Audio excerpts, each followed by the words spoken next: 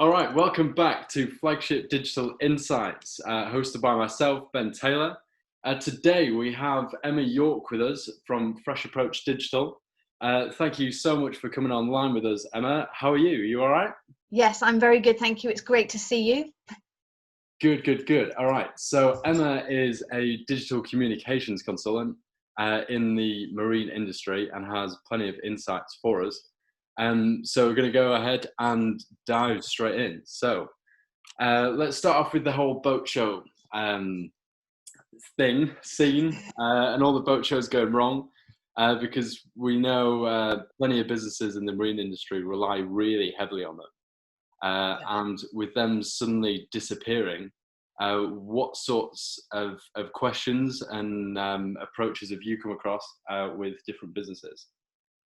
I think for many businesses, small, medium and large in the UK, the time of year that, let's say, many of the boat shows were at a very crucial time for their turnover, and attracting new customers for the remaining season, and then, you know, for the next season next year, and looking forward for sales and things. So many of them are going to lose a lot of turnover. Again, so most of the questions are, how can we still speak to customers, new potential clients, and things like that, where they're not going to see, you know, 10,000 people in 10 days at a boat show. They still want to be talking to those kinds of people, and still getting their stuff out there. So that's the questions really. Without a boat show, how can I still reach thousands of people? Okay, and have they gone for an approach that is quite conservative and said, right, okay, we don't have that cost for boat shows, we'll just save that money and kind of go into a kind of a lockdown, a shutdown, and reserve money? Or has it actually been more of a transfer into try and continue to develop business and find these people in a digital space? Or has there been a bit of a balance and a debate for both? Yeah, personally, through people that I work with and that I speak to, I've seen quite an even split. It obviously is very different across all levels of the sector, but some have just gone, right, we're just going to save that money and we're going to use it for something else, or we're going to put it into next year, and we're going to move forward that way. And they're, you know, they're locked down, they're not doing anything, staff members are on furlough, whereas some others have actually gone, right, I'm not going to spend that money, I'm just going to plow it into marketing, and instead of being at a boat show, I'm just going to throw everything online, and spend the same amount of money and try and reach the same amount of people. So I'm seeing quite an even split. It is very difficult for companies to decide where to save, to spend. It is a tough one. Yeah, and what kind of results have you seen coming from that? So the companies that then go, right, okay, let's put it into digital. Here's our budget, and really committed to that strategy. What sorts of things have they done, invested in?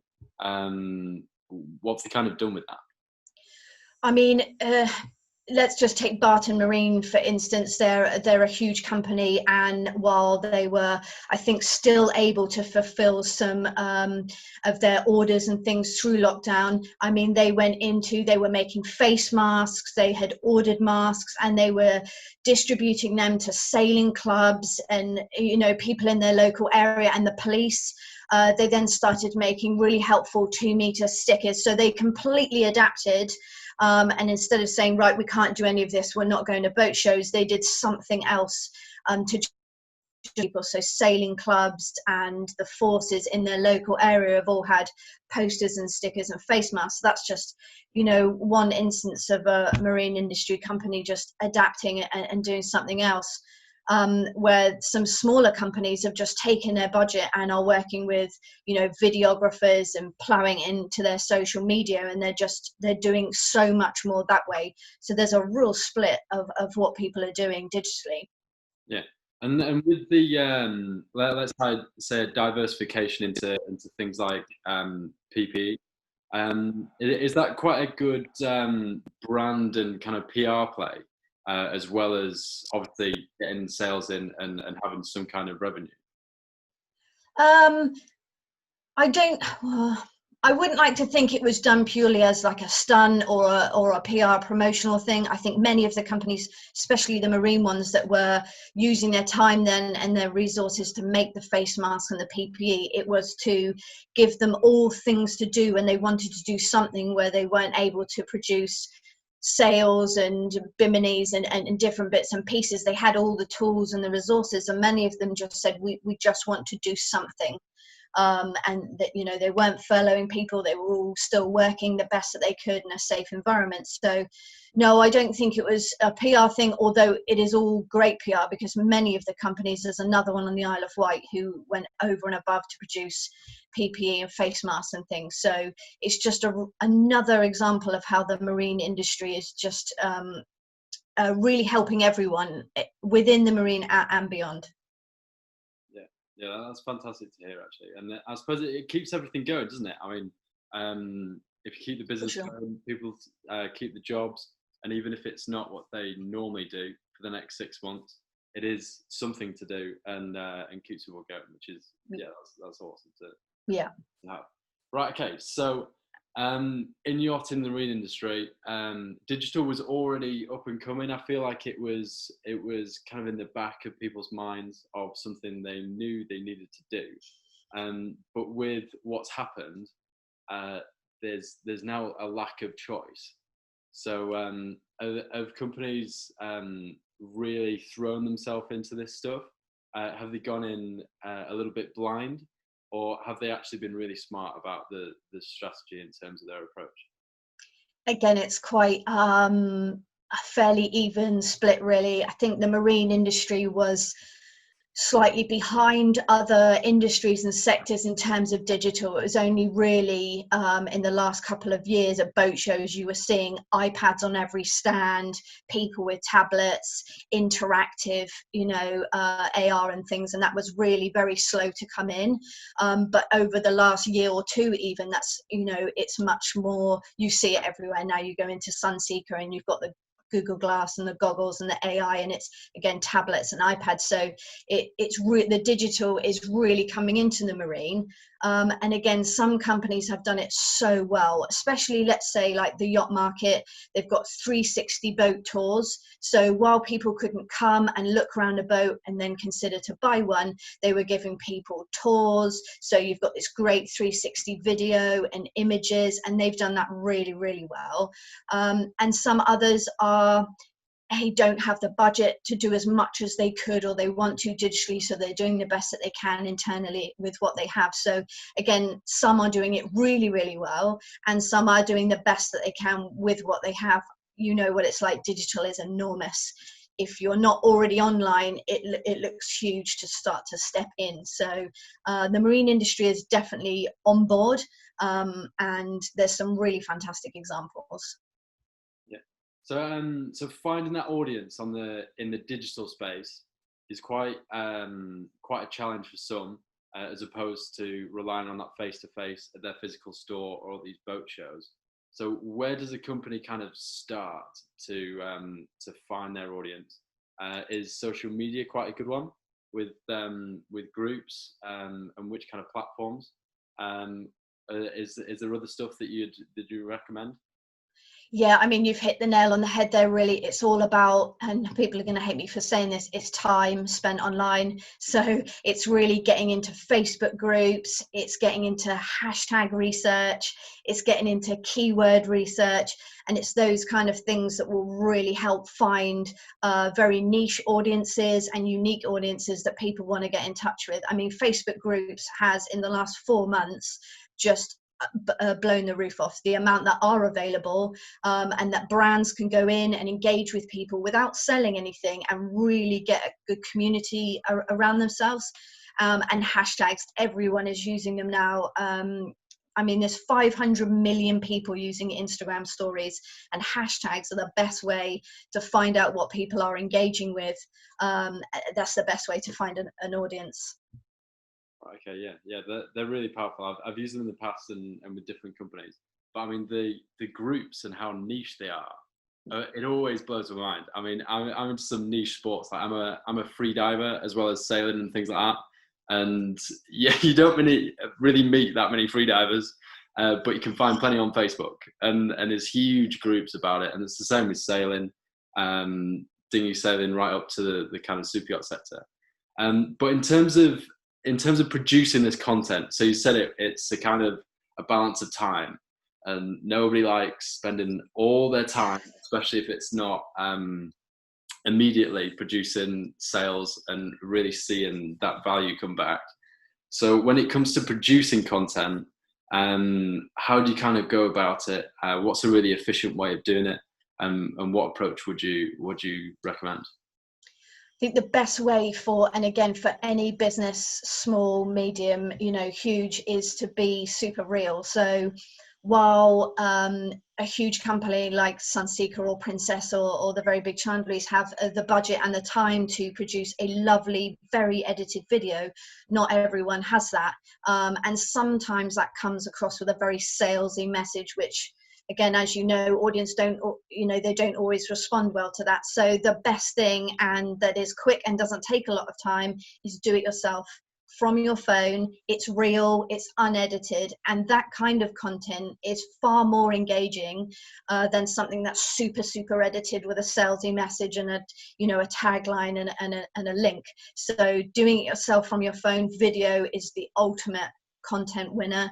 Selfies, behind the scenes, people want to know what you're doing, who your team are, on the go.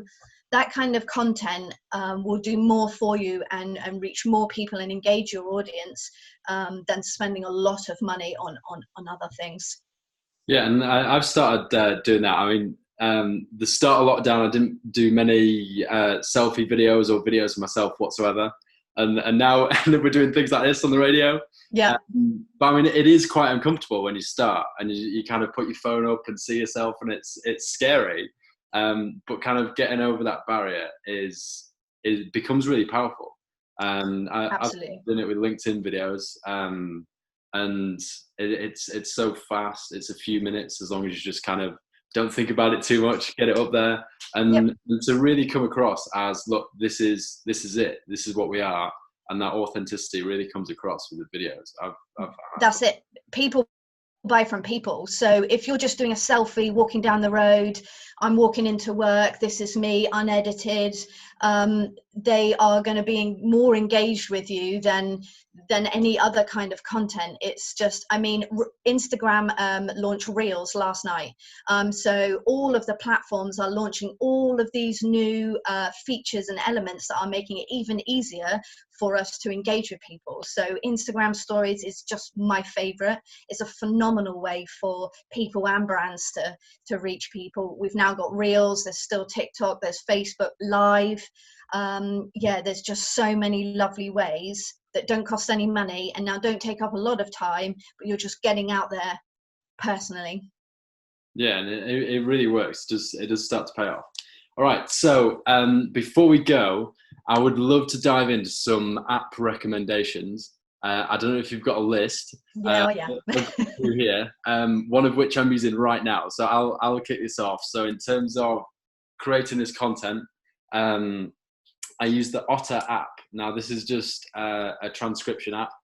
So everything we've now said, it picks it up, it puts it in a full conversation, just like a drama script or anything.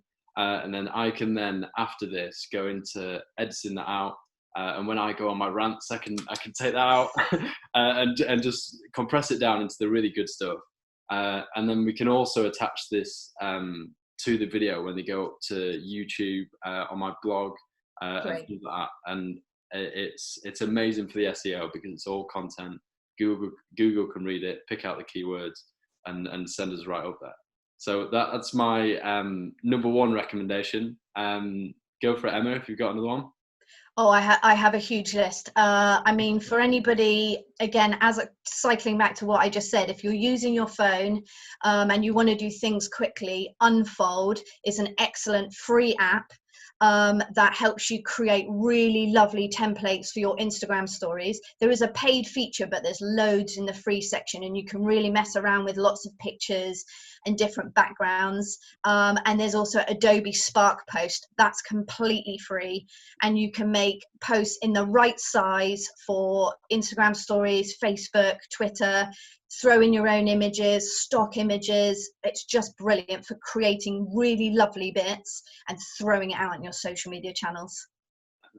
They're so useful, aren't they? Yeah, I love them. What apps are out there, and it saves you so much time.